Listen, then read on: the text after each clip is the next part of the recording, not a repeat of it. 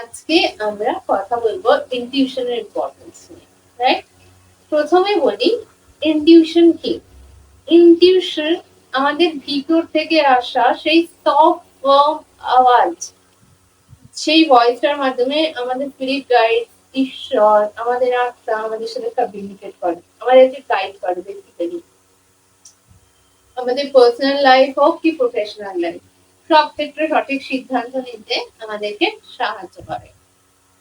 Personal লাইফে কিভাবে সাহায্য করে, কোন ব্যক্তিকে আমাদের চুজ করা উচিত, লাইফে রাখা উচিত, কাদের থেকে আমাদের বাউন্ডারি সেট করে ডিস্টেন্স মেনটেন করে চলা উচিত, কিভাবে চলা উচিত, সবকিছু সে গাইড করে দেয়। সে আমাদের বন্ধু বান্ধবদের সাথে হোক, পার্টনারের সাথে হোক, ফ্যামিলি মেম্বারদের সাথে হোক, যে কোনো ব্যক্তির সাথেই হোক না কেন, সব ব্যাপারেই কিন্তু আমাদের ইনটিউশন আমাদের গাইড করে দেয়।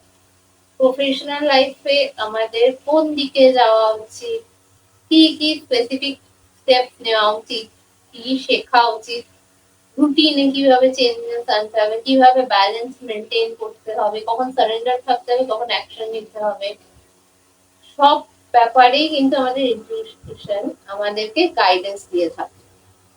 এবারে আমরা হয়তো আমাদের পার্সোনাল লাইফে ভীষণ এফার্ট দিচ্ছি, প্রফেশনাল লাইফে আমরা ভীষণ এফার্ট দিচ্ছি, কিন্তু আমরা নিজেদের ইনটিউশনকে শোনার চেষ্টা করছি না, আমাদের সোলের সাথে বা ঈশ্বরের সাথে কানেক্ট করার চেষ্টা করছি না। তো সেই ক্ষেত্রে কি হবে, সেক্ষেত্রে আমরা জানতে অজান্তে ভুল ডিসিশন নিয়ে ফেলবো। যদি ভুল ডিসিশন নেওয়া খারাপ কিছু নয়, সেটাও আমাদের অনেক কিছু শেখায় লাইফে, বাট স্টিল বারবার ভুল ডিসিশন নিতে থাকলে আমাদের লাইফের স্ট্রাগলটাই আরো হার্ড হয়ে যায়। আমাদের ইনটিউশন যখন আমাদের গাইড করতে থাকে, তখন সে আমাদের সঠিক পথে একটার পর একটা চালাতে থাকে। তো ইনটিউশন কি কখনো কাউকে ভুল গাইডেন্স দিতে পারে? তাহলে শুনুন, ইনটিউশন আমাদের ভুল একদম পুরোপুরি ভাবে ভুল গাইডেন্স দেয় না, তবে হ্যাঁ কখনো কখনো ভুল পথে চালাতে পারে। যেমন একটা আমি নিজের পাস্ট থেকে এক্সাম্পল দিচ্ছি। আমার সোল পারপাসের একটা পার্ট হলো হিলিং আর্ট নিয়ে কাজ করা। এবার আমি আর্টের এবিসিডি কোনো কিছুই জানতাম না। একবার আমার ভেতর থেকে ওটা ফিলিং এরও যে আমার অন্যান্য আর্টিস্ট যারা পেন্টিং করছে তাদের হেল্প করা উচিত। তো আমাকে আমি সেইভাবে সেই পথে চলেছিলাম। আমি এমন একটা সোশ্যাল মিডিয়ায় প্ল্যাটফর্ম বানিয়েছিলাম যাতে আমি অন্যান্য আর্টিস্টদের হেল্প করতে পারি পেন্টিংস এর মাধ্যমে, মানে তাদের পেন্টিংসটা সেল করতে যাতে আমি সাহায্য করি। এই করতে করতে আমার হঠাৎ করে আমার ভিতর থেকে একটা আওয়াজ আসে যে নিজেকে পেন্টিং করতে হবে। সেটাও পরে আসে, তার আগে আমাকে একবার কলকাতা বইমেলায় যেতে গাইড করা হয়। সেইখানে বিভিন্ন আর্টিস্টের সাথে দেখা সাক্ষাৎ করে আমি তন্ত্র আর্ট, হিলিং আর্টের ব্যাপারে জানতে পারি প্রথমবার, যে এরকম কোনো কিছু হয়। আগে আমি সেটা জানতাম না, টু বি অনেস্ট।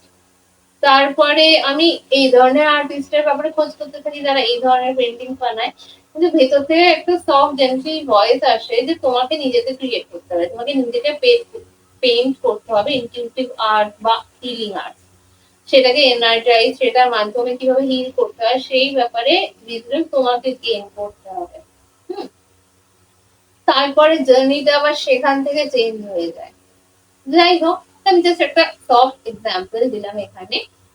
তো অনেক সময় ভুল পথে আমাদের নিয়ে যাওয়ানো হয়, বিকজ ওই রাস্তাটা দিয়ে গেলে আমরা হয়তো সেই নলেজ বা কিছু নলেজ বা উইজডম আমরা গেইন করি, কিছু এক্সপিরিয়েন্স গেইন করি, যেটা হয়তো সোজা ওই পথে গেলে গেইন করতে পারতাম না, অসুবিধায় পড়তাম।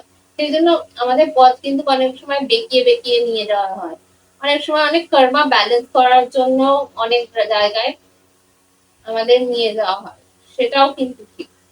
কিন্তু ইনটিউশনকে ফলো করলে আমাদের লাইফের স্ট্রাগলটা অনেকাংশে কমে যায়। এছাড়াও আমাদের যে অ্যাংজাইটি, সেটাও অনেক কমে যায়, অনেক অনেক কমে যায়। বিকজ অ্যাংজাইটি আসেই ফিয়ার অফ আননোন থেকে, ফিয়ার অফ ফিউচার থেকে।